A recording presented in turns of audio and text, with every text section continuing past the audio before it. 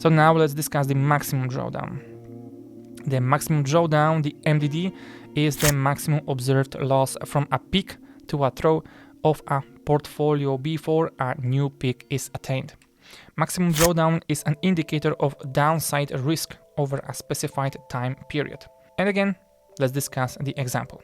So initially, we had $5,000 on our balance, and as a result of operations, it increased to $6,000. After that, a period of temporary losses began and the balance decreased to $4,000. However, after a while, trading returned to normal and the balance rose again, setting a new high of $7,000. Since the maximum drawdown is calculated from the high to the low, it will equal 6,000 minus 4,000, which is $2,000. And based on this, the maximum drawdown formula will look like this. So we have the peak value minus trough value. And in terms of percentage, we have the maximum drawdown multiplied by 100% divided by peak value. So again, in terms of those numbers, it will be 6,000 minus 4,000 equals 2,000. And in terms of percentages, we have 2,000 multiplied by 100%, and this all divided by 6,000, which equals 33.3%. So things that you should remember is that the maximum drawdown will always be the largest of all the others, but you should not be afraid of this. A maximum drawdown of 30% or even 40% is normal when trading FX. The most important thing is that Forex trading should be comfortable with such a drawdown.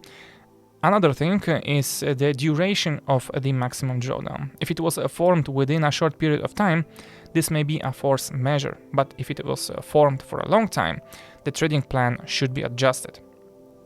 So let's discuss those acceptable drawdown levels. So you can choose a trading strategy based on the drawdown size. To determine its effectiveness, a relative drawdown is used. So depending on the allowable level of relative drawdown, trading strategies are divided into first low risk, which are conservative, and those conservative strategies suggest minimum risk tolerance and slow but steady income. In low risk strategies, a drawdown of no more than 15% is allowed, ideally no more than even 10%. Then we have the second type, which are balanced strategies. And those are the most common in FX trading. They perform well with the drawdowns from 20 to even 35%. And the third category are, of course, you guessed it, high risk, which are aggressive strategies. And this type includes trading with high leverage, which means a high level of risk.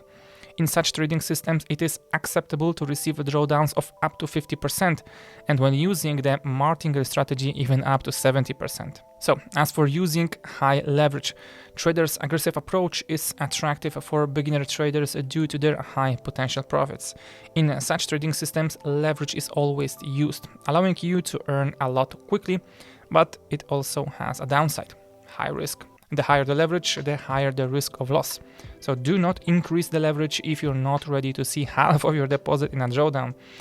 Based on my experience, I can say that I often came across traders who made high profits from aggressive trading, but subsequent transactions completely nullified their deposit, destroying investment objectives. So in such conditions, Forex trading is possible only for real pros, and 99% of beginners are likely to lose their deposit. So, what we can learn from drawdowns? So, as the name implies, a drawdown is a loss, and it does not matter if it is temporary or fixed. So psychologically, we will perceive the drawdown negatively. The presence of a drawdown tells us that our original plan is neither on the verge of a failure or has already failed. So therefore, a decision needs to be made. If, when entering a trade, you assumed a loss of 10 to 20%, then a drawdown in this range means that it is time to close the position. So just remember, the smallest loss you can get as a result of mistake is the one you fixed right away. So why do you need to analyze the causes of drawdown? Well, if you get a drawdown that turns into a fixed loss, then FX trading didn't go the way you wanted. If something goes wrong, it must be analyzed so that the loss does not repeat in subsequent transactions. Drawdown analysis is an important element in evaluating a trading strategy. If, during a long period, the drawdown did not exceed the acceptable levels, the trading strategy works perfectly. There are many reasons for drawdowns, from a common oversight to force measure. So if the drawdown is due to your mistake, take it into account and move on. If you do not know why the drawdown occurred, do not enter any more trades based on this signal. So as for the assessment, to correctly analyze the causes of drawdowns and draw correct conclusions from this, use a number of those rules. First, set acceptable risk. So Forex trading is a risk. Any transaction should begin with an assessment of its effectiveness and risk to reward ratio. This means that you must weigh all the pros and cons, and if the possible profit suits you, set the level of risk that will be acceptable for you. For example, if you want to profit 100% from your investment, a drawdown of 20% or even 30% would be or should be acceptable. Next point is, of course, I know it will be it was said many times, you need to set stop loss.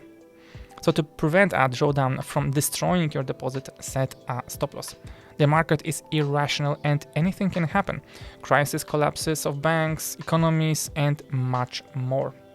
Use risk management, another point. So risk management is a set of measures to bring a transaction or deposit out of losses. If there is a drawdown, but its value is not critical, you can try some methods of many traders. For example, you can try setting a trailing stop or hedging. I recommend testing any trading method on a demo account for a Forex simulator before you start trading with real money. Then another method is, of course, to exit losing trades. It may seem strange, but if there is a deep drawdown and you didn't expect it, close the position. If you exit a losing trade, you can cover the loss by the following trades. If you just wait and see, hoping the price will reverse, you can lose all the deposit.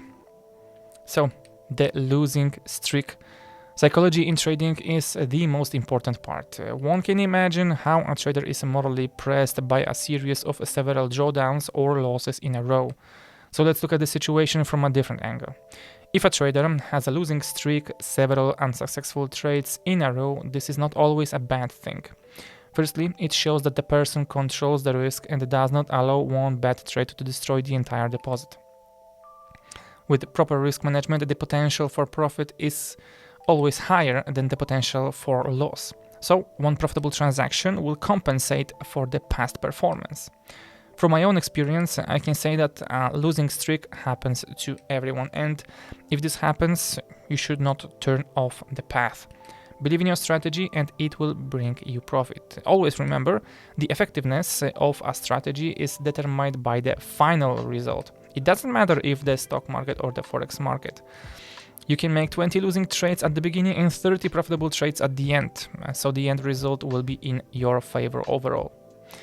So, how to reduce drawdowns?